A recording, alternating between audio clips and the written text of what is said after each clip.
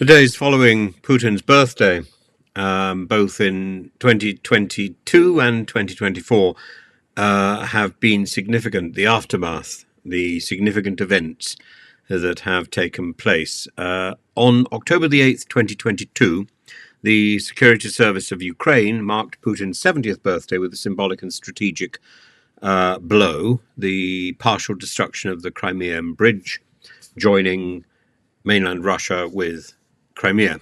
This explosion not only served to sever a critical logistic artery for Russian military supplies, but also ignited a wave of panic among occupying forces in Crimea, undermining Moscow's grip on the region and signaling Ukraine's enduring resilience and resolve to reclaim occupied territories. Added to this atmosphere, Russia has released a new educational book entitled Glorious Russia, which aims to teach English through a Kremlin-endorsed methodology and through Kremlin-endorsed Russian history. This publication is likely to be an attempt to reinforce Russia's cultural and ideological perspectives at the same time as the ongoing information war by promoting a Kremlin-specific English curriculum. And Russia is therefore keen to counter the Western narratives, emphasize its cultural sovereignty, particularly as it faces external pressures and internal dissent over its military activities. Indeed, I know that there used to be some sort of sandwich courses operated particularly in places like MGIMO, where students would enroll in the Russian university and end up for a short period in Reading or something. And now they don't. But for a short period after the Russian invasion of Ukraine, they were still teaching in English by English speakers in the university. But now all that teaching is apparently in Russian. So these students who have enrolled in those courses have had a bit of a rude awakening. And I am amused by the extraordinary book about teaching English with Glorious Russia. I've seen a few pages and it's littered with errors. Not just the usual errors that one would expect, the absent definite articles, but complete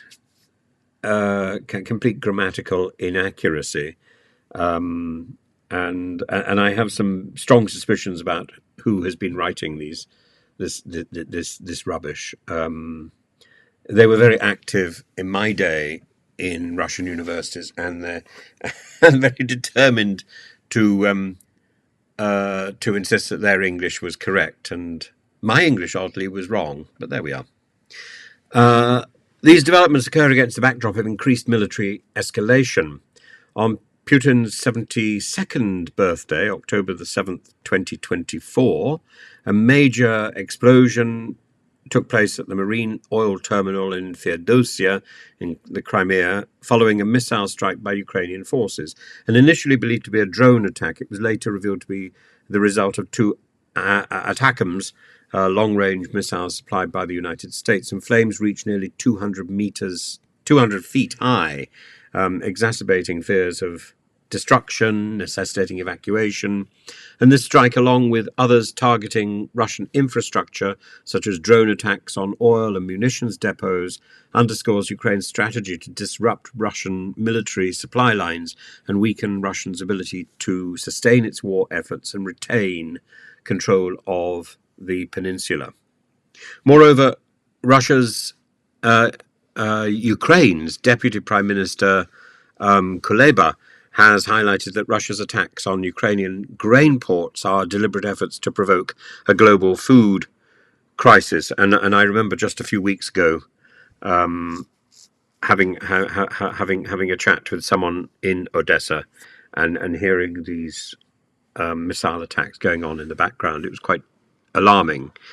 As the war continues, both nations are intensifying their strikes against each other's critical infrastructure, underscoring the complex and high-stakes nature of this ongoing conflict, which reverberates far beyond the immediate battlefield. But there is no question that Ukraine is fighting back and is determined not to roll over. in the face of Russian aggression. And Russia is clearly, at the same time, completely completely disregarding the arrangements that it made under the guidance of the Turkish president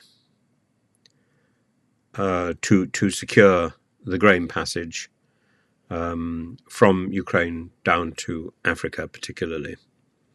So, bad faith from the Kremlin, as one would expect. But that is the birthday present of Putin.